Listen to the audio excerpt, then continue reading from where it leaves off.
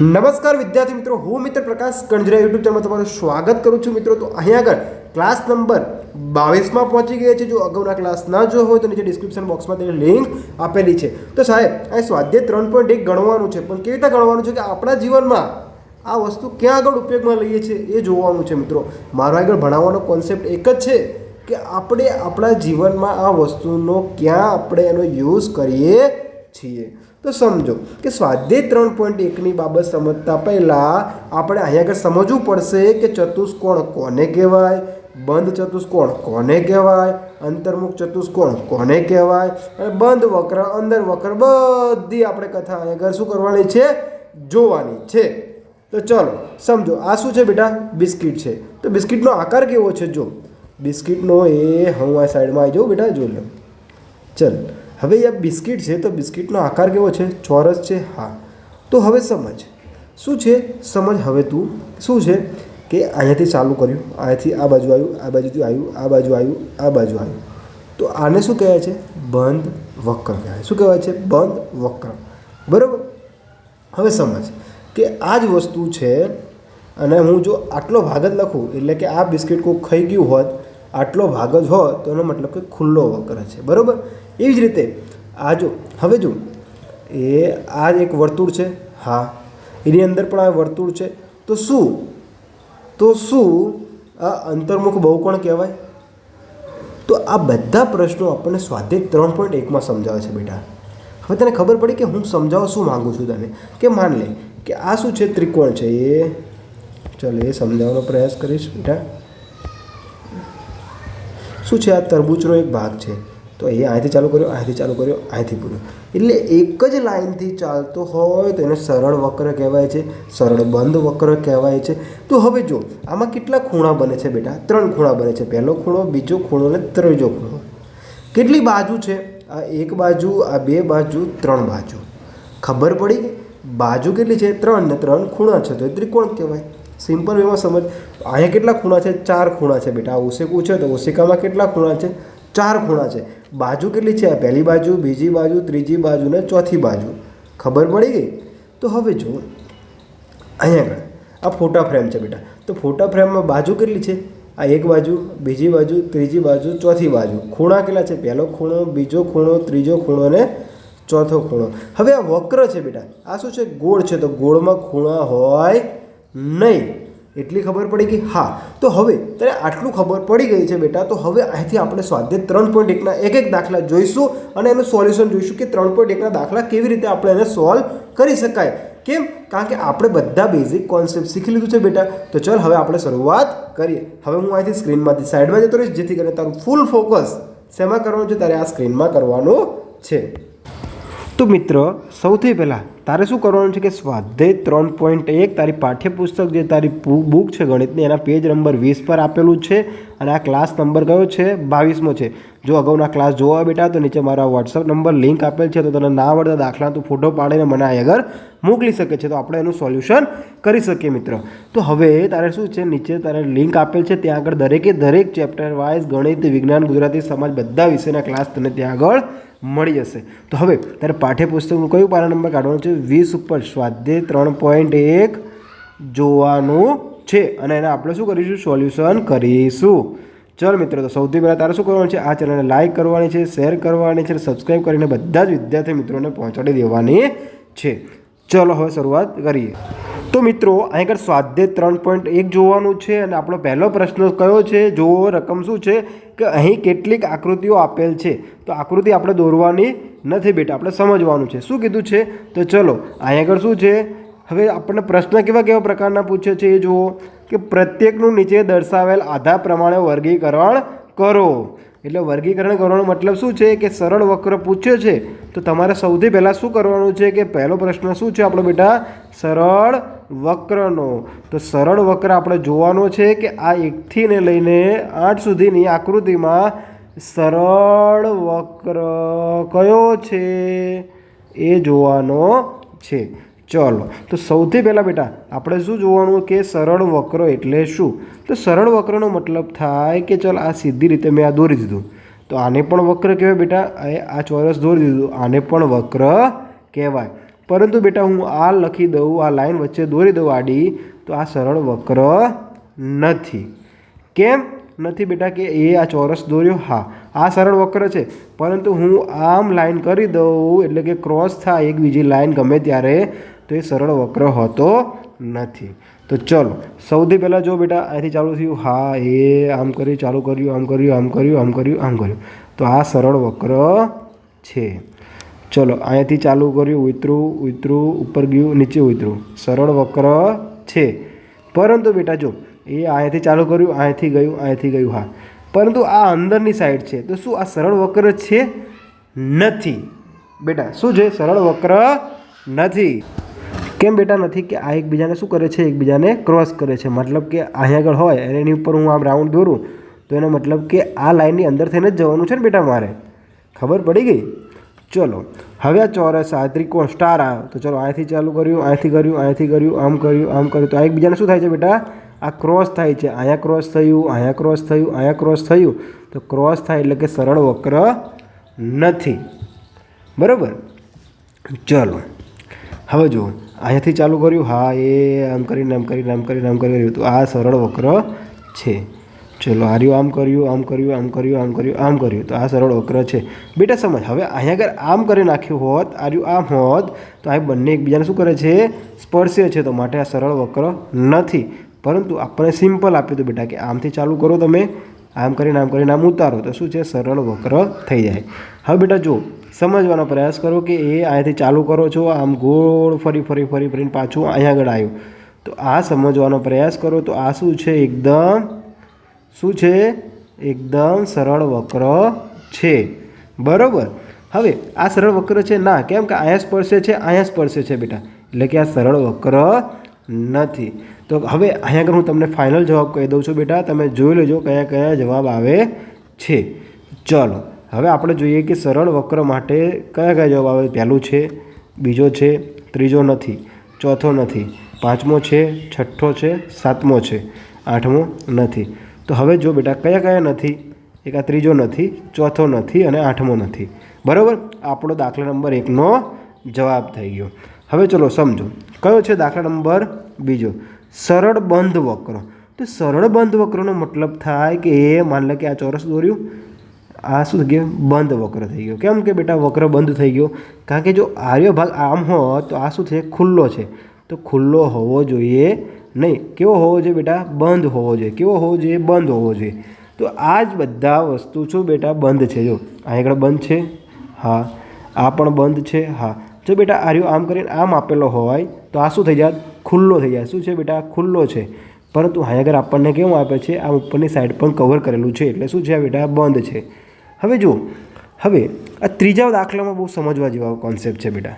શું છે ત્રીજા દાખલામાં? જુઓ તો જો અહીંયા સમજવા જેવું શું છે બેટા? કે ચાલ આ તો બંધ વક્ર છે જ તે, પરંતુ એ માની લે કે આ અંદર વ્યક્તિ છે, તો એને બહાર જવું હોય બેટા તો આ ક્રોસ કરવું પડે, હા. તો એવી જ રીતે એ ક્રોસ કરીને ક્યાં આવશે? બીજા રાઉન્ડમાં આવશે. તો આ ક્રોસ થાય છે બેટા, તો એનો મતલબ શું થાય? કે અહીંયા આગળ સરળ વક્ર હશે નહીં, એટલે કે બંધ નહીં હોય. દરવાજો ખુલ્લો હોય તો જ માન લે બેટા. હવે સમજવાનો પ્રયાસ કરે. એ આ શું છે? તારું ઘર છે. શું છે બેટા? ઘર છે. આ દરવાજો છે. અહીંયા આગળ તું ઊભી છે. બરાબર. હવે સમજ તો ગણિતનો દાખલો કેવી રીતે ગણી શકે. અને અહીંયા આગળ તારે શું છે? બહાર જવા માટેનું શું છે? અહીંયા આગળ તારું સ્ટડી ટેબલ અહીંયા આગળ છે. બરાબર. હા. તો હવે તું શું કરીશ બેટા? આ દરવાજાથી આ બાજુ બહાર નીકળીને અહીંયા આગળ જઈશ. હા.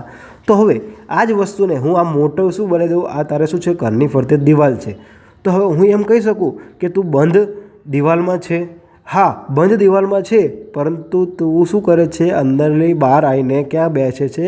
સ્ટડી ટેબલ પર બેસે છે. માટે આ દરવાજો શું છે? ખુલ્લી જગ્યા. એવી જ રીતે અહીંયા ખુલ્લી જગ્યા હશે તો જ આ રાઉન્ડ આપણે દોરી શકો હશે. માટે આ શું હશે? સરળ બંધ વક્ર નથી. ખબર પડી ગઈ? ચલો હવે સમજવાનો પ્રયાસ કરો બેટા. ચલો તો હવે આ પણ શું છે? સરળ બંધ વક્ર નથી. બરાબર. હવે જો સમજો, જે સરળ વક્ર ના હોય બેટા તો એ સરળ બંધ વક્ર હોય ના હોય. કેમ ના હોય બેટા? કે સરળ ના હોય તો સરળ બંધ વક્ર હોય નહીં. તો તો આપણે ડાયરેક્ટ જ એ રીતે એલિમિનેટ કરી શકીએ, એ રીતે ખોટા પાડી શકીએ કે આ સરળ બંધ હતો નહીં તો આ ખોટો આવશે, આ પણ નહોતો તો આ ખોટો આવશે, આ પણ નહોતો તો આ પણ ખોટો આવશે. એટલે કે જ્યારે સરળ બંધ વક્ર હોય ત્યારે જ સરળ વક્ર બનતો હોય, એ આપણને ખબર પડી ગઈ બેટા. ચલો, તો અહીંયા શું છે? બંધ છે. આ પણ શું છે બેટા? બંધ છે. આ પણ શું છે બેટા? બંધ છે. જો આમ કરીને આમ આપેલું હોય બેટા તો શું હતું? ખુલ્લું હતું. આ શું હતું? ખુલ્લો. તો અહીંયા આગળ આપણે સરળ બંધ વક્રમાં આર્યો આવે જ નહીં.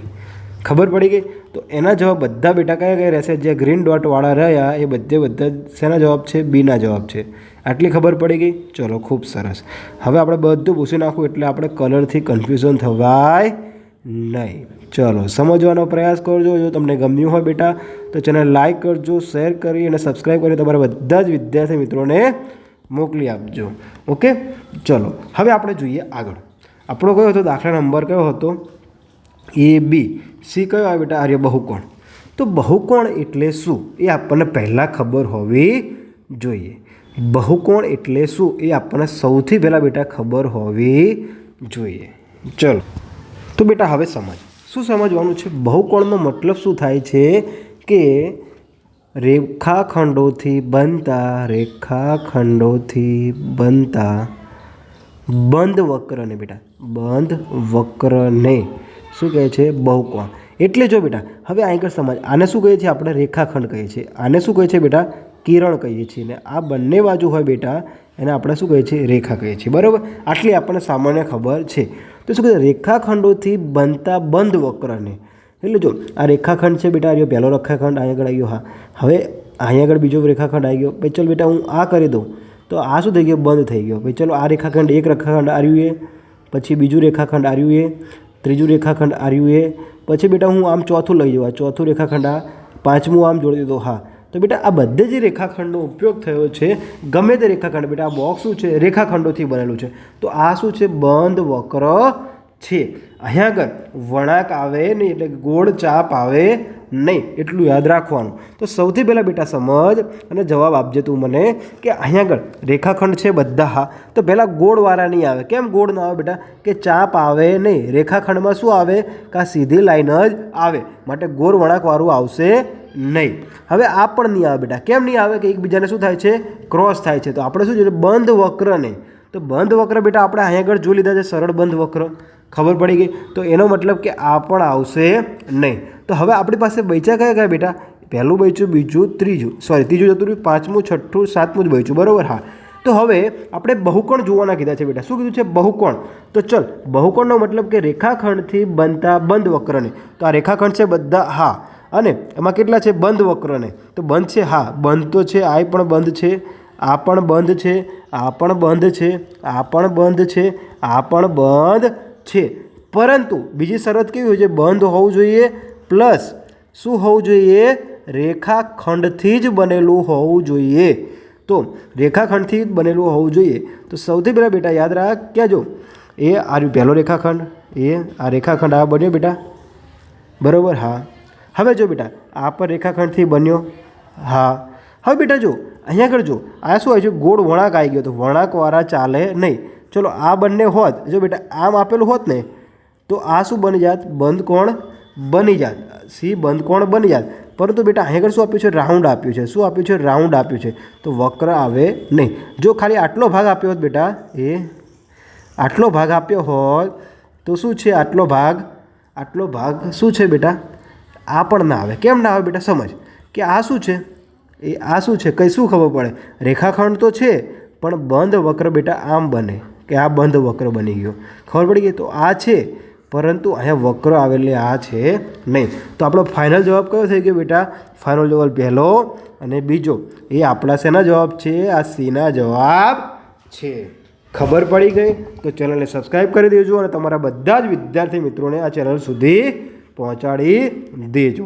આટલી ખબર પડી કે તમે સ્ક્રીનશોટ પાડી લો, તમારા દાખલાના જવાબ લખી લો અને ના આવડતા દાખલાના ફોટો પાડો. અને મારો વોટ્સઅપ નંબર છે બેટા 9904660 પર તમારે મને વોટ્સઅપ કરવાનો છે. અને અગાઉના ક્લાસ તમારે જોવા હોય તો નીચે ડિસ્ક્રિપ્શન બોક્સમાં લિંક મળી જશે. તો હવે આપણે શું કરીએ બેટા? બધું પૂછી નાખીએ જેથી કરીને આપણને ભૂલ પડે નહીં. ચલો હવે આપણે કયા પહોંચ્યા બેટા? ABC પછી બહિર્મુખ બહુકોણ. આપણે હવે કયો જોવાનું છે? ડી, બહિર્મુખ બહુકોણ. તો બહિર્મુખ બહુકોણને આપણે પહેલાં સમજણ કેળવી પડશે કે એ શું કહેવા માંગે છે. તો બહિર્મુખ બહુકોણનો મતલબ બેટા કે બહારની બાજુ ખૂણો હોવો જોઈએ. ક્યાં હોવો જોઈએ? બહારની બાજુ ખૂણો. હવે બેટા આર્ય વસ્તુ છે, આર્યા, તો આ ક્યાં આવે? અંદરની બાજુ ખૂણો બનાવે છે. ચલો હજુ આ સમજાવ બેટા કે એ આ શું છે? માની લે આ વસ્તુ આપેલું છે તને, બરાબર? હા, તો ખૂણો કઈ બાજુ છે બેટા? બહારની બાજુ છે. કઈ બાજુ છે? બહારની બાજુ છે. બહારની બાજુ છે ખૂણો, હા. પરંતુ આ જ વસ્તુ બેટા હું આમ કરીને આમ આપેલી હોય, એ આમ, તો બેટા આ ખૂણો કઈ બાજુ આવ્યો? અંદરની બાજુ આવ્યો. તો આ શું કહેવાય બેટા? અંતર્મુખ કહેવાય. તો અહીંયા કીધું છે બહિર્મુખે કીધું છે. તો બહિર્મુખનો મતલબ ખબર પડી ગઈ હવે તને? તો બહિર્મુખ બહુકોણ કીધું છે. તો બહુકોણ બેટા આપણે જોયા હતા, કયા કયા હતા? એક આ હતો ને એક આ હતો. તો આ બધા તો આવશે નહીં, એ આપણને ફાઇનલ થઈ ગઈ બેટા, ખબર પડી ગઈ. આ બધા આવશે નહીં, તો આપણે આવશે કયા બેટા? કે પહેલો અને બીજો. હવે એ બંનેમાંથી બહુકોણ કોણ છે એ જુઓ. તો બહુકોણ એટલે બેટા એ આ બરાબર છે. ચલો, પણ આ બેટા જો ખૂણો અંદરની તરફ વળે છે, ખૂણો ક્યાં આવે છે? અંદરની તરફ આવે છે. તો આ શું છે? અંતર્મુખ છે. શું છે બેટા? અંતર્મુખ છે. જ્યારે આ ખૂણો કઈ છે? બહારની બાજુ છે. તો ખૂણો બહારની બાજુ છે, તો માટે આપણો ઓનલી ફોર જવાબ કયો આવશે બેટા? આર્યો એ. તો માટે ડીનો જવાબ શું આવશે? માત્ર 2. અને અંતર્મુખ બહુકોણ કે તો જવાબ કયો આવશે બેટા? 1. ખબર પડી ગઈ છે. તો હવે આપણે શું કરવાનું છે બેટા કે જો તમને આગળ અંતર્મુખ બહિર્મુખ બંને આપણને ખબર પડી ગઈ છે. કેટલું સામાન્ય બાબત છે બેટા, આપણે સમજવાનું છે, ગોખવાનું નથી. કેમ? કારણ કે ગોખેલું ગણેલું આપણને ક્યાંય કામમાં આવશે નહીં. હવે આપણે જોયું છે, સૌથી પહેલાં તમારી ચેનલને સબસ્ક્રાઈબ કરી દેજો મિત્રો, જેથી કરીને તમે દરરોજ નવા ક્લાસ મળતા રહે અને તમને ના આવડતા પ્રશ્નોનું આપણે શું કરી શકીએ? શાંતિથી સોલ્યુશન કરી શકીએ. તો હવે જુઓ, હવે પછીનો પ્રશ્ન આપણો આવશે બેટા કે પ્રશ્ન નંબર 2, નિયમિત બહુકોણ એટલે શું? હવે જોઈએ શું છે, એ કલર બદલાઈ નાખું એટલે ખ્યાલ આવશે બેટા. ચલો, નિયમિત બહુકોણ એટલે શું? એના નિયમિત બહુકોણના નામ આપો. અને જેમાં 3 બાજુ હોય, 4 બાજુ હોય અને 6 બાજુ હોય. તો બધી બાજુ જોઈશું. બાજુ એટલે કે બેટા આને બાજુ ના કહેવાય. સિમ્પલ એમાં સમજ. ગણિતની ભાષામાં બાજુ એટલે શું? આને શું કહેવાય બેટા? બાજુ કહેવાય. આને બાજુ કહેવાય, આને બાજુ કહેવાય, આને બાજુ કહેવાય. જ્યારે આ શું છે બેટા? ખૂણો છે. આ શું છે? ખૂણો છે. આ શું છે? ખૂણો છે. ખબર પડી ગઈ? બાજુ એટલે શું? સીધી હોય બેટા. શું હોય? સીધી હોય. તો કેટલી છે? 3 બાજુવાળું. 3 બાજુવાળું શું હોય? ત્રિકોણ હોય યાર. એ આમ કરીને બેટા બને એને શું કહેવાય? ત્રિકોણ હોય બેટા. આ 2 હાથ છે, તો આ શું કહેવાય બેટા? બાજુ કહેવાય. અને જે ટોચ ઉપરની આંગળી છે એને શું કહેવાય બેટા? ખૂણો કહેવાય. શું કહેવાય બેટા? ખૂણો કહેવાય. ઓકે, ચાલ બેટા હવે જોઈ લે કે આ શું છે? માઇક છે. તો બેટા આ માઇકની આરે બાજુ છે બેટા, આરે બાજુ, એ બાજુ કહેવાય. અને જ્યારે આ ઉપરનો જે ખૂણો છે એને શું કહે છે? ખૂણો કહીએ છીએ. તો કેટલી બાજુ છે આને? કેટલી બાજુ છે? 4 બાજુ. પહેલી બાજુ, બીજી બાજુ, ત્રીજી બાજુ અને ચોથી બાજુ. તો 4 બાજુ છે. હા, તો 4 બાજુવાળું ચોરસ હોય અને 6 બાજુવાળું ષષ્ટકોણ હોય. બસ આમાં શું લેવાનું છે બેટા? તો 3 બાજુવાળું ત્રિકોણ હોય, 4 બાજુવાળું ચોરસ હોય, ચતુષ્કોણ પણ કહી શકાય બેટા, અને 6 બાજુવાળું ષષ્ટકોણ કહી શકાય. પંચકોણ એટલે કે 5 બાજુવાળું હોય. તો આ બધી બાજુ આપણે જોઈ છે. તો સ્વાધ્યાય 3.1 આપણે અહીં આગળ મારા મિત્રો પૂરું થાય છે. અને સ્વાધ્યાય 3.1 પૂરું થતાં તમારે શું કરવાનું છે? આ ચેનલને સબસ્ક્રાઈબ કરી દેવાની છે, જેથી કરીને તમને દરરોજ નવા ક્લાસ મળતા રહે મિત્રો. તો વિદ્યાર્થી મિત્રો, આ ચેનલને લાઈક કરજો, શેર કરી સબસ્ક્રાઈબ કરીને તમે નવો ક્લાસ જુઓ અને ના આવડતા પ્રશ્નો મોકલો. મળીએ નવા ક્લાસમાં. જય હિન્દ, જય ભારત.